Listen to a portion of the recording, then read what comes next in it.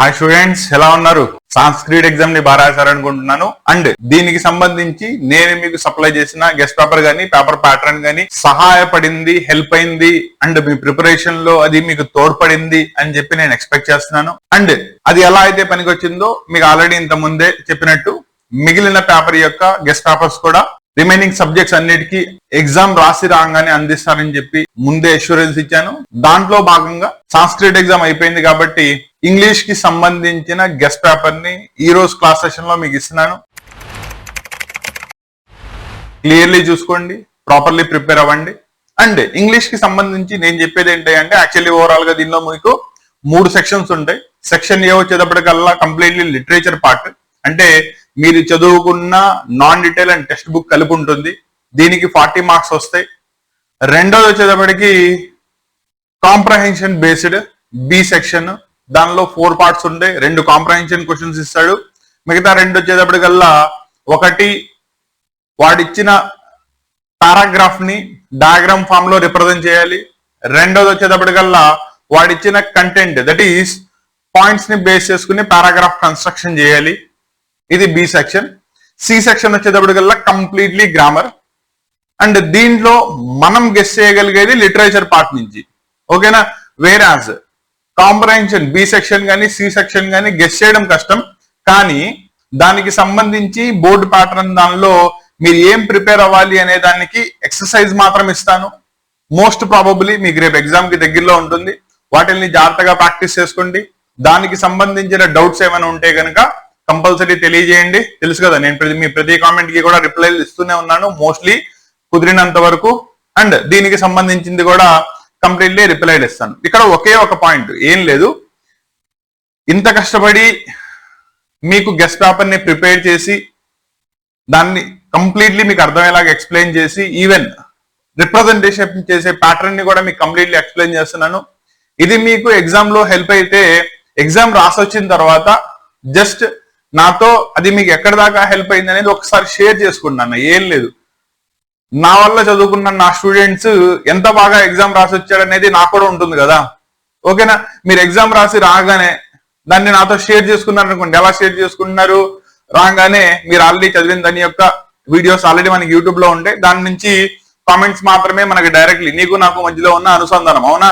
కాబట్టి కుదిరినంత వరకు అది నీకు ఎక్కడి దాకా పనికొచ్చింది అండ్ దాని నుంచి ఎక్కడి దాకా గెస్ట్ పేపర్ మనం ఎక్స్పెక్ట్ చేసింది రేపు ఎగ్జామ్ హాల్లో నీకు వచ్చింది అండ్ దాన్ని ఎక్కడి దాకా రాయగలిగావు, దీని గురించి ఒక్క చిన్న ఒపీనియన్ ని అక్కడ షేర్ చేయి చాలు, ఓకేనా. ఎందుకంటే దాన్ని చూసి మాకంటూ వచ్చే ఆనందం ఏముంటుంది అన్న, ఏదైతే నిన్ను నేను ప్రిపేర్ చేయించానో అది సక్సెస్ అయితే అంతకంటే కావాల్సిందేమో అని చెప్పు. ఆ ఒక్కదాన్ని కొంచెం షేర్ చేయమని చెప్తున్నాను అంతే. క్లియరా? అది కూడా నీకు ఇబ్బంది లేకపోతేనే. లేదు సార్ నేను ఎగ్జామ్ దానిలో ఇంకా బిజీగా ఉన్నాను, నేను ఇప్పుడు చేయలేనంటావు, ఓకే, నో ప్రాబ్లం. నెక్స్ట్ ఈ రోజు ఇంగ్లీష్ దానిలోకి వెళ్దాం. సో ఫస్ట్ దానిలో సెక్షన్ ఏ వచ్చేటప్పటికల్లా లిటరేచర్, జాగ్రత్తగా చూసుకోండి. దీంట్లో ఫస్ట్ వచ్చేటప్పటికి ప్రోజ్ నుంచి మీకు అనోటేషన్స్. దీంట్లో 2 అనోటేషన్స్ రాయాల్సి వస్తుంది. ఒక్కొక్క దానికి 4 మార్క్స్, 2 4 8 మార్క్స్ వస్తాయి. అండ్ దానికి సంబంధించి మీకు ఇచ్చిన ఈ 5 అనోటేషన్స్ ని ప్రాక్టీస్ చేసుకోండి. That is the earth is precious to him, first annotation. I was a hospital in myself, second annotation. Sometimes life hits you into head with a brick, ఇది మూడోది. నాలుగోది వచ్చేటప్పటికల్లా if we do not own the freshness of the air and the sparkle of the world, ఇది నాలుగోది. ఐదోది వచ్చేటప్పటికల్లా you can't connect the dots looking forward. Prose నుంచి ఈ 5 annotations జాగ్రత్తగా చూసుకోండి. వీటి నుంచి కంపల్సరీగా 2 అనోటేషన్స్ వస్తాయి, ఓకేనా. నేను కంపల్సరీగా నేను ఎందుకు చెప్తున్నా అబ్జర్వ్ చేశానన్నా, సాంస్క్రిట్ ఎగ్జామ్ రాసావు కదా, శ్లోకం దగ్గర నుంచి నిబంధ క్వశ్చన్ దగ్గర నుంచి లఘు ప్రశ్నల దగ్గర నుంచి ఎన్ని మన గెస్ట్ పేపర్స్ నుంచి వచ్చినాయో లేదో చూసుకున్నావు కదా. కాబట్టి నేను ఇస్తున్న గెస్ట్ పేపర్ యొక్క వాల్యూ ఇప్పటికైనా నీకు అర్థమైంది అనుకుంటున్నాను. క్లియరా? కాబట్టి ఇచ్చిన గెస్ట్ పేపర్స్ ని ప్రాపర్లీ చూసుకోండి. అండ్ దీనిలో నీ ఫ్రెండ్స్ కూడా బెనిఫిట్ పొందాలి అనుకుంటే వాళ్ళకి కుదిరినంత వరకు షేర్ చేయి, ఓకేనా. ఇదిగో సో సార్ మనకి గెస్ట్ పేపర్స్ ఇస్తున్నారు, ఫైనల్ ప్రిపరేషన్ లో మనకి ఇలా హెల్ప్ అవుతున్నాయి, నువ్వు కూడా ఒకసారి రిఫర్ చేసుకోమని చెప్పి, ఓకేనా. ఎంత ఎక్కువ మంది స్టూడెంట్స్ కి రీచ్ అయితే, ఎంత ఎక్కువ మంది స్టూడెంట్స్ బెనిఫిట్ పొందితే మనకు అంత మంచిది. అవునా? అదే కదా మనకు కావాల్సింది. చేసే కంటెంట్ అంతా కూడా దేనికి, ఎక్కువ మంది నెంబర్ ఆఫ్ స్టూడెంట్స్ ని అందడానికి. క్లియరా? అండ్ రెండోది యానోటేషన్స్ నుంచి మీకు 2 రాస్తే ఎన్ని మార్క్స్ వస్తాయి? 8 మార్క్స్ వస్తాయి. క్లియరా? తెలుగులో దట్ ఈస్ సాంస్క్రిట్ లో రాసినట్టుగానే దీనికి కూడా అంతే. కాబట్టి ఎక్కడి నుంచి తీసుకోబడింది? ఎక్స్ట్రాక్ట్, పోయేట్ ఎవరు, నెక్స్ట్ రిఫరెన్స్ ఏంటి అంటే సందర్భం ఏంటి, అండ్ ఫైనల్లీ దాని యొక్క సబ్స్టాన్స్ అంటే భావం ఏంటి. ఈ మూడింటిని కనుక ప్రాపర్లీ రాసినట్టయితే దీనిలో పడే 4 మార్క్స్ కి 4 మార్క్స్ వచ్చేస్తాయి. అండ్ కంప్లీట్లీ ఒక్కొక్క యానోటేషన్స్ ఒక ఫుల్ పేజ్ లో వచ్చేలా రాయండి. అంటే ప్రోజ్ నుంచి 2 పేజెస్, పోయిటరీ నుంచి 2 పేజెస్ యానోటేషన్స్ కనుక రాసినట్టయితే మీకు 8+8 16 మార్క్స్ వచ్చే ఛాన్స్ ఉంటుంది. ఓకేనా? ఇవి ప్రోజ్ కి సంబంధించినవి.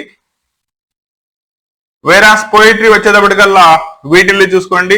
దానిలో ఫస్ట్ వచ్చేటప్పటికి లిటిల్ ల్యాంబ్ హూ మేడ్, మీకు దీనిలో 2 పోయమ్స్ ఉన్నాయి, the lamb and the tiger. అవి రెండింటిని కంపల్సరీ చూసుకోవాలి. He is called by thy name, what immortal hand or eye, out of the night that comes to me, I thank whatever gods may be. 11th వచ్చేటప్పటికల్లా I am the master of my fate. And 12th one instead let us share our countries. Last వచ్చేటప్పటికల్లా so do not tell me. So ఈ totally ఇచ్చిన 7 annotations from the poetry point of view చూసుకోండి. దీనిలో నుంచి కంపల్సరీగా మీకు 2 annotations వస్తాయి. రాసే పద్ధతి మీకు ఆల్రెడీ చెప్పాను కాబట్టి దానిలో ప్రాపర్లీ రిప్రజెంట్ చేయండి. దీని నుంచి కూడా 8 మార్క్స్. సో మీకు పోయిటరీ నుంచి, ప్రోజ్ నుంచి టోటల్లీ 16 మార్క్స్ యానోటేషన్స్ ఉన్నాయి. క్లియరా? నెక్స్ట్ క్వశ్చన్ ఆన్సర్స్ లోకి వెళ్దాం. సో క్వశ్చన్ ఆన్సర్స్ వచ్చేటప్పటికి మీకు 2 క్వశ్చన్స్ ఆన్సర్స్ రాయాలి, 4 ఇస్తాడు. సో దానిలో నుంచి మీకు టోటల్లీ 8 మార్క్స్ వస్తాయి. దానిలో వచ్చేటప్పటికల్లా ఫస్ట్ది Steve jobs learn from being fired from the Apple. Apple నుంచి తీసేసిన తర్వాత స్టీవ్ జాబ్స్ లైఫ్ లో ఏమేమి లెసన్స్ నేర్చుకున్నాడు, అది ఫస్ట్ వన్. రెండోది స్టీవ్ జాబ్స్ కాలేజ్ నుంచి డ్రాప్ అవడానికి రీజన్ ఏంటి, అండ్ ఫ్యూచర్ అది దాని యొక్క ఇన్ఫ్లుయెన్స్ ఎలా చూపించింది అనే దాని మీద 2వ క్వశ్చన్ ఉంటుంది. రెండోది the malady of over thinking, దాని యొక్క టైటిల్ మీద కామెంట్ రాయండి. దీని మీద 3వ క్వశ్చన్ ఎక్స్పెక్ట్ చేయొచ్చు. And what are the potential dangers of gaining excessive information about the diseases as per the lesson malady. ఇవి మీకు ప్రోజ్ నుంచి అడగగలిగే ఇంపార్టెంట్ క్వశ్చన్స్. దీని నుంచి 2 క్వశ్చన్స్ కంపల్సరీ కనబడతాయి. వాటిని జాగ్రత్తగా ప్రాక్టీస్ చేసుకోండి. అండ్ రాసేటప్పుడు ఈ క్వశ్చన్ ఆన్సర్స్ కూడా ఒక ఫుల్ పేజ్ వచ్చేలా రాయండి. ఎందుకంటే ఒక్కొక్క దానికి 4 మార్క్స్ ఉంది కాబట్టి అట్లీస్ట్ 3 పారాగ్రాఫ్ లో రిప్రజెంట్ చేయండి. దీని నుంచి వచ్చే 4 మార్క్స్ కి 4 మార్క్స్ వచ్చేస్తాయి. అంటే టోటల్లీ మీకు ప్రోజ్ నుంచి క్వశ్చన్స్ లో 8 మార్క్స్ గెయిన్ చేసుకోవచ్చు. క్లియరా? నెక్స్ట్ సారీ, ఈ క్వశ్చన్స్ కూడా మిస్ అయిపోయినాయి, ఇవి కూడా చూసుకోండి. How does the chief Seattle describe the relationship between native Americans కి అండ్ నేచర్ కి మధ్యలో ఉన్న రిలేషన్ ఎలా ఎక్స్ప్లెయిన్ చేశాడు, ఇది ఒకటి జాగ్రత్తగా చూసుకోండి. అండ్ ఇదే చాప్టర్ నుంచి chief Seattle describe that all things are connected, that is ఎలా కనెక్టెడ్ అని ఎక్స్ప్లెయిన్ చేశాడు బ్యూటిఫుల్లీ ప్రోస్ పార్ట్ లో. దాన్ని ఒకసారి చూసుకోండి. దీని నుంచి ఒక క్వశ్చన్ అయితే ఎక్స్పెక్ట్ చేయొచ్చు. క్లియరా? నెక్స్ట్ సేమ్ ఇదే పద్ధతిలో పోయిటరీ నుంచి కూడా మీరు 2 క్వశ్చన్స్ రాయాల్సి వస్తుంది. నెక్స్ట్ దానిలో ఒక్కొక్క దానికి మళ్ళీ 4 మార్క్స్, ఒక ఫుల్ పేజ్ లో అట్లీస్ట్ 4 పారాగ్రాఫ్లకి తగ్గకుండా రాయాల్సి వస్తుంది. దానిలో మెయిన్ వచ్చేటప్పటికల్లా ద ల్యాంబ్ అండ్ టైగర్, ఈ రెండింటి యొక్క క్యారెక్టర్స్ కి మధ్యలో ఉన్న కంపారిజన్, కాంట్రాస్ట్ 2 రాయాలి. రెండిట్లోంచి ఒకటి ఇవ్వచ్చు లేదా 2 ఇవ్వచ్చు. రెండోది రెఫ్యూజీస్ అనే concept dual message of the poem ఎలా రిఫ్లెక్ట్ చేస్తుందో ఎక్స్ప్లెయిన్ చేయాలి, ఇది సెకండ్ క్వశ్చన్. థర్డ్ వచ్చేటప్పటికల్లా Shakespeare's journey from darkness and struggles of the mysterious life దగ్గర నుంచి ఎలా రెసిలియన్స్ వైపు వెళ్ళాడు అనే కాన్సెప్ట్ ఎక్స్ప్లెయిన్ చేయాలి, ఇది 3వ క్వశ్చన్. 4వది వచ్చేటప్పటికల్లా ఇన్విక్టస్, అది మీకు ఇంపార్టెన్స్ ఆఫ్ పర్సనల్ రెస్పాన్సిబిలిటీ గురించి ఎలా ఎక్స్ప్లెయిన్ చేసింది అనే దాని మీద ఒక క్వశ్చన్ ఎక్స్పెక్ట్ చేయొచ్చు. అండ్ లాస్ట్ వచ్చేటప్పటికల్లా 5th question, Bryan reversible structure of the readers ని పోయం ద్వారా ఎలా ఎక్స్ప్లెయిన్ చేశాడో చెప్పాలి, ఇది 5th క్వశ్చన్. వీటిల్లోంచి కంపల్సరీగా ఏవైనా 2 క్వశ్చన్స్ వస్తాయి. ఒక్కొక్క దానికి 4 మార్క్స్, 8 మార్క్స్ గెయిన్ చేసుకోవచ్చు. క్లియరా? అండ్ క్వశ్చన్ ఆన్సర్స్ కూడా చెప్పాను కదా, ఒక ఫుల్ పేజ్ లో వచ్చేలా రాయండి. అట్లీస్ట్ 1 పేజ్ నుంచి 1.5 పేజ్ నీట్ గా 3-4 పారాగ్రాఫ్లో కనుక రాసినట్టయితే దీని నుంచి 4 మార్క్స్ 8 + 18 16 మార్క్స్ ని గెయిన్ చేసుకోవచ్చు. క్లియరా? అండ్ ఈ క్వశ్చన్ ఆన్సర్స్ కూడా రిప్రజెంట్ చేసేటప్పుడు అట్లీస్ట్ ఒక పేజ్ నుంచి 1.5 పేజ్ ఉండేలాగా కంటెంట్ 4 పారాగ్రాఫ్లో రాయండి. లెందీగా కనబడాలి, ఎందుకంటే లిటరేచర్ కాబట్టి నీకు ఎంత లెంత్ రాసావో కూడా ఇంపార్టెంట్, క్వాంటిటీ కూడా ఇంపార్టెంట్. సో ఇక్కడ దాకా మీకు 16 అనోటేషన్స్, 16 క్వశ్చన్ ఆన్సర్స్, 32 మార్క్స్ వచ్చేస్తాయి. ఇంకా లాస్ట్ లో మిగిలింది నాన్ డీటెయిల్ 3 క్వశ్చన్స్ ఇస్తారు, దాని నుంచి ఒక క్వశ్చన్ మాత్రమే రాయాల్సి వస్తుంది. అండ్ అది కూడా మీకు 8 మార్క్స్ జాగ్రత్తగా చూసుకోండి. ఇది నాన్ డీటెయిల్ నుంచి. సో దీంట్లో blinder, beggar and the dog ఈ రెండింటికి మధ్యలో ఉన్న రిలేషన్షిప్ ని ఎక్స్ప్లెయిన్ చేయాలి, లేదా ఏ రిటైర్డ్ రిఫార్మేషన్ ఆ లెసన్ యొక్క మోరల్ దాన్ని ఎక్స్ప్లెయిన్ చేసి చెప్పాలి, లేదా జిమ్మీ వ్యాలంటైన్ యొక్క క్యారెక్టర్ స్కెచ్ మీద రిపీటెడ్లీ, ఇది మోస్ట్ రిపీటెడ్లీ అడుగుతున్న క్వశ్చన్. ఈ సంవత్సరం మళ్ళీ అడిగే ఛాన్స్ ఉంటుంది. ఈ సంవత్సరం మళ్ళీ అడగడం ఏంటి, ఇదే ఫస్ట్ ఇయర్ కాబట్టి ఈ సంవత్సరం కంపల్సరీ అనుకోండి. రెండోది butterfly effect influence on the moral of the story. ఈ 4 నుంచి మీకు కంపల్సరీగా మీకు కావాల్సిన ఒక క్వశ్చన్ కనబడుతుంది, 8 మార్క్స్.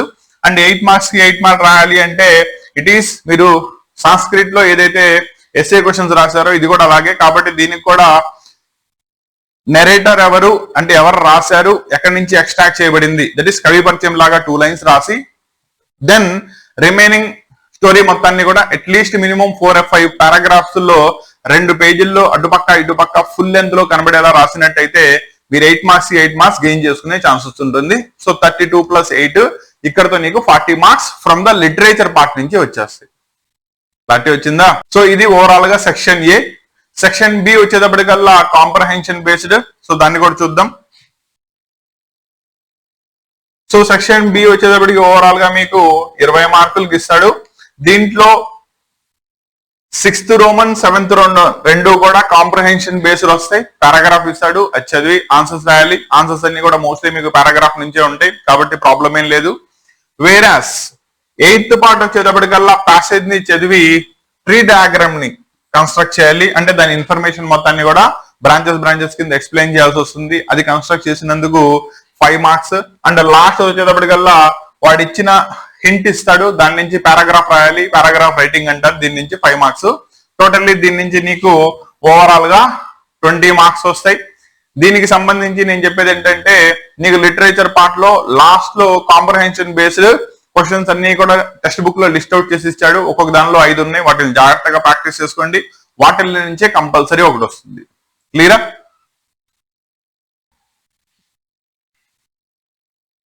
ఇంకా మన మెయిన్ పార్ట్, మెయిన్ వెయిటేజ్ ఉన్న పార్ట్, ఓకేనా? సో అక్కడ 40 ప్లస్ ఇందాక 20 సెక్షన్ బి ఓవరాల్ గా 60 అయిపోయినాయి.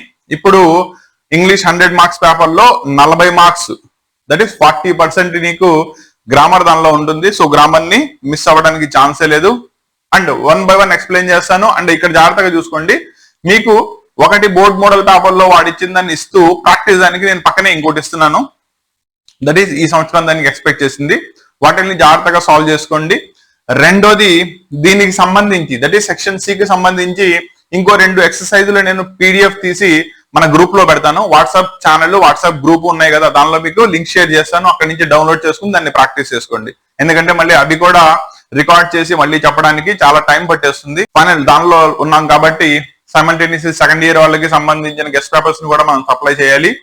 సో టైం కన్స్ట్రైంట్ వల్ల ఇక్కడ మీకు ప్రాక్టీస్ దానికి ప్లస్ బోర్డ్ మోడల్ దానిలో 2 మాత్రమే ఇచ్చాను, మిగతాది పీడిఎఫ్ లో ఇస్తాను. ఓకేనా? మన వాట్సాప్ ఛానల్ పేరు కానీ వాట్సాప్ గ్రూప్ కానీ తెలుసు కదా, కాసిం సార్ క్లాసెస్ అని ఉంటుంది. లింక్ మీకు ఆల్రెడీ డిస్క్రిప్షన్ లో ఉంటుంది, మీరు అక్కడి నుంచి ఫార్వర్డ్ అవ్వచ్చు. క్లియరా?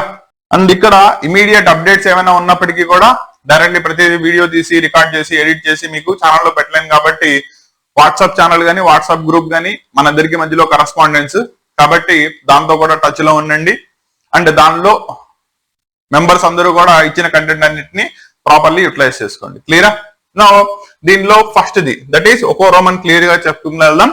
10th రోమన్ వచ్చేటప్పటికల్లా it is parts of speech అనమాట. మీకు లెఫ్ట్ సైడ్ ఏ పార్ట్ లో మ్యాచింగ్ అనమాట. దీనిలో కరస్పాండింగ్ లెఫ్ట్ సైడ్ ని కంటెంట్ ఎక్స్ప్లెయిన్ చేస్తే దానిలో అండర్లైన్ చేసింది వర్బ్ అవుతుందా, that is a part of speech అవుతుందో చెప్పాలి. అవునా? For an example, the narrator grows increasingly concerned. So ఇక్కడ జాగ్రత్తగా చూసుకోండి, గ్రోస్ అనేది వర్బ్ వచ్చేటప్పటికల్లా పక్కన ఇంక్రీజింగ్లీ అని చెప్పాడు కాబట్టి ఇట్ కమ్స్ అండర్ దేనిలోకి వస్తుంది, add verb, that is adjective plus verb కాబట్టి యాడ్ వర్బ్ కిందకి వస్తుంది. సో ఫస్ట్ దానికి ఆప్షన్ డి. సో ఇలా మీరు లెఫ్ట్ సైడ్ చూసుకుంటే 6 ఉంటాయి, రైట్ సైడ్ చూసుకుంటే 8 ఉంటాయి, అంటే 2 ఎక్స్ట్రాగా ఇస్తాడు. మిగిలిన 6 పార్ట్స్ ఆఫ్ స్పీచ్ ని జాగ్రత్తగా ఐడెంటిఫై చేసి మ్యాచింగ్ చేయండి. దీని నుంచి ఒకదానికి హాఫ్ మార్క్ కాబట్టి టోటల్లీ మీకు ఇక్కడ 3 మార్క్స్ గెయిన్ చేసుకోవచ్చు. దీనికి సంబంధించి నేను ఇంకోటి ప్రాక్టీస్ ఇచ్చాను, లేదా గెస్ట్ పేపర్ అనుకోండి. సో దీన్ని ప్రాపర్లీ ప్రాక్టీస్ చేసుకోండి, దీని నుంచి మీకు వచ్చే ఛాన్స్ ఉంటుంది. ఇంకో 2 PDF మీకు ఇస్తానని చెప్పాను. అలాగే 11th రోమన్, ఇది కూడా మళ్ళీ మీకు 3 మార్క్స్ వస్తుంది. దీనిలో వచ్చేటప్పటికల్లా a and the, a article కుదురుతుంది లేదా ఎక్కడ ఆర్టికల్ అవసరం లేదు దానికి రాయాలి. మీకు ఓవరాల్ గా ఈ 6 బోర్డ్ మోడల్ పేపర్ లో ఉన్నవి, అండ్ ఇది నేను మీకు ప్రాక్టీస్ కోసం ఇచ్చింది, జాగ్రత్తగా చూసుకోండి.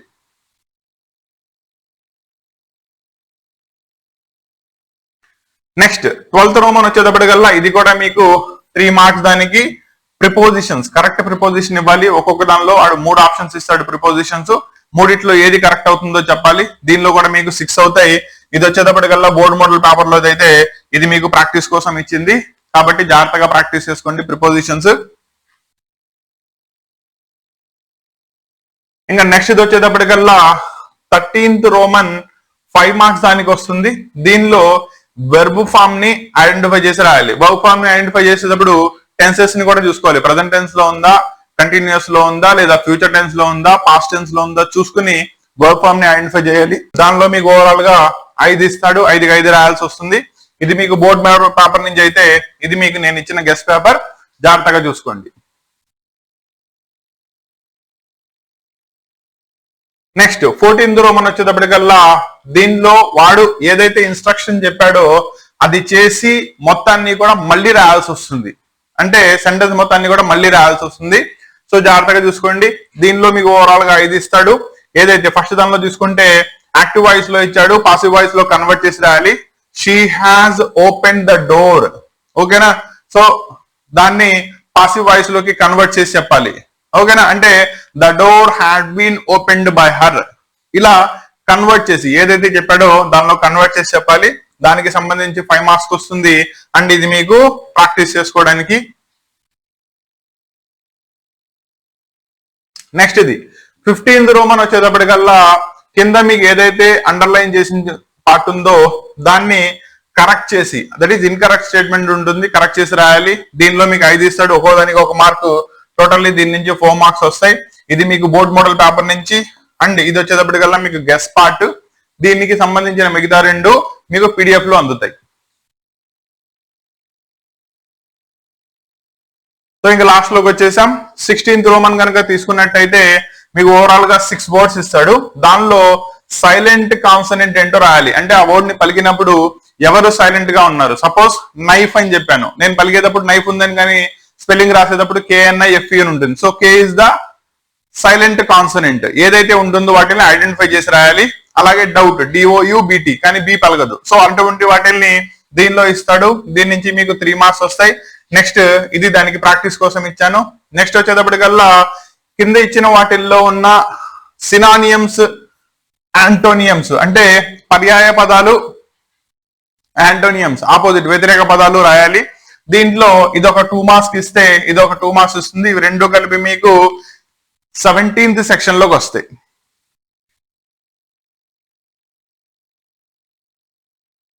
దానికే ప్రాక్టీస్ దానికోసం ఇచ్చింది. ఇది వచ్చేటప్పటికల్లా సినానియమ్స్ యొక్క ప్రాక్టీస్ కి, ఇది యాంటోనియమ్స్ యొక్క ప్రాక్టీస్ కి. సైమల్టేనియస్లీ ప్రాపర్లీ నోట్స్ రాసుకోండి, సో దట్ రేపు మళ్ళీ రివైజ్ చేసుకోవాలి కదా. నోట్స్ మీ పక్కనే ఉంటే కనుక మీ రివిజన్ ప్రాపర్లీ రన్ అవుతుంది. అంటే మీరు రివిజన్ చేసేటప్పుడు ఇచ్చిన కంటెంట్ అంతా కూడా ప్రాపర్లీ చూసుకుంటా ప్రాక్టీస్ చేయండి. అండ్ 18th రోమన్ వచ్చేటప్పటికల్లా దీంట్లో ఇచ్చిన వాటిల్లో ఫొనెటిక్స్ ని ఐడెంటిఫై చేయడం. ఇదిగోండి ఫొనెటిక్ సౌండ్, ఏ ఫొనెటిక్ సౌండ్ ఉందో చెప్తుంది. ఫర్ ఎగ్జాంపుల్ SOUL రాసి హైఫన్ ఇచ్చాడు అంటే అక్కడ మీకు పలికేది ఏంటి, సౌల్. అవునా, అలా దానిలో ఏ లెటర్ ఫొనెటిక్ సింబల్స్ ని బట్టి ఎలా రాశాడో చెప్పాలి. యాక్చువల్లీ దీనికి ఇంటర్నల్ చాయిస్ ఉంటుంది, అది కనుక మీకు రాయకపోతే ఆడ్ వన్ ని సెలెక్ట్ చేసి రావాలి. ఫర్ ఎగ్జాంపుల్ ఇక్కడ చూస్తే old, over, once. So old, over ఈ రెండిట్లోనూ ఓ పలిగితే దీనిలో వన్స్ వచ్చేటప్పటికల్లా ఆ పలిగింది. So that is the odd one. అలా ఆడ్ వన్ ని సెలెక్ట్ చేసి రాయాలి. టోటల్ గా మీకు 5 ఇస్తాడు. 5 ఏదైతే ఆడ్ వన్ అవుతుందో దాన్ని రిప్రజెంట్ చేయాలి. దానికి మీకు ఓవరాల్ గా ఇచ్చేటప్పుడు 5 మార్క్స్ వస్తాయి. ఓకేనా, ఇవి రెండు వచ్చేటప్పటికల్లా ప్రాక్టీస్ కి. దట్ ఈస్ ఇది ఫొనెటిక్స్ ని బేస్ చేసుకుని ఇది వచ్చేటప్పటికల్లా ఆడ్ వన్ సౌండింగ్ ని సెలెక్ట్ చేసుకోవడానికి. అండ్ ఇది మీకు last part, that is 19th section. కింద ఇచ్చిన fill in the blanks, that is dialogue writing నువ్వు కంటిన్యూ చేసి రాయాలి. దీనికి వచ్చేటప్పటికల్లా 4 మార్క్స్ వస్తాయి. జాగ్రత్తగా చూసుకోండి. 1, 2, 3, 4 కరస్పాండింగ్ కాన్వర్జేషన్ లో డైలాగ్ ఏమవుతుందో కంప్లీట్ చేసి దాన్ని మొత్తం రీరైట్ చేయాల్సి వస్తుంది. అలా కనుక రాసినట్టయితే ఇక్కడ నుంచి నీకు 4 మార్క్స్ వస్తాయి. సో దీంతో నీకు 40 మార్క్స్ గ్రామర్ అయిపోతుంది. అండ్ దీన్ని ప్రాక్టీస్ చేసుకోవడానికి మీకు ఇంకో పార్ట్ ఇచ్చాను, దీన్ని ప్రాపర్లీ ప్రాక్టీస్ చేసుకోండి. దట్ ఈస్ ఈ 4 ఆప్షన్స్ లో మీకు ఏది కరెక్ట్ అవుతుందో అక్కడ ఇండికేట్ చేసుకుంటే సరిపోతుంది. క్లియరా? సో ఇలా మీకు ఓవరాల్ గా 100 మార్క్స్ కి ఈ సంవత్సరం ఇంగ్లీష్ పేపర్ ఉండబోతుంది. దానికి ప్రాక్టీస్ చేసుకోవడానికి లేదా గెస్ట్ పేపర్ ఒకటి ఇచ్చాను అండ్ ఆల్రెడీ ఇచ్చిన బోర్డ్ మోడల్ పేపర్ ఒకటి ఇచ్చాను. రెండింటిని సైమల్టేనియస్లీ ప్రాక్టీస్ చేసుకోండి. అండ్ ఇంగ్లీష్ రేపు మధ్యాహ్నానికల్లా మొత్తం కంప్లీట్ చేసేసుకోండి. మధ్యాహ్నం నుంచి రివిజన్ మాత్రమే పెట్టుకోండి, లేదా గ్రామర్ దానికి కానీ. లిటరేచర్ పార్ట్ మాత్రం ముందే కంప్లీట్ చేసుకోండి. అండ్ రేపు సాయంత్రం మళ్ళీ లిటరేచర్ ని రివైజ్ చేసుకోండి. క్లియరా? ఇది మీకు ఇంగ్లీష్ కి సంబంధించిన గెస్ట్ పేపర్. ప్రాపర్లీ రివైజ్ చేసుకోండి. ఏమైనా డౌట్స్ ఉన్నట్టే కనుక కంపల్సరీ కామెంట్ చేయండి. మీ ప్రతి కామెంట్ కి నేను రిప్లై ఇవ్వడానికి ట్రై చేస్తాను. ఇది అయిపోయింది కాబట్టి మ్యాథ్స్ పేపర్ గెస్ట్ పేపర్ తో నెక్స్ట్ క్లాస్ లో మళ్ళీ కలుస్తాను. ఓకేనా? ఆల్ ద బెస్ట్ నాన్న.